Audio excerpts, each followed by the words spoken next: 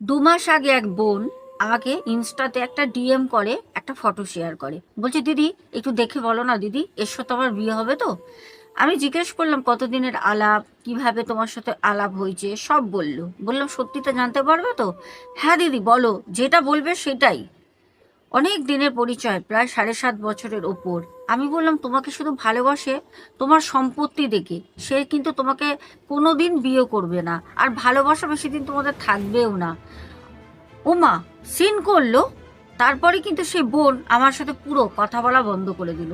প্রায় 3 মাস পর আমাকে ও আবারও ডিএম করলো, দিদি ভাই সেদিন তুমি বলেছিলে, আমার মনে খুব আঘাত লেগেছিল, তোমার সত্যি কথা আমি নিতে পারিনি।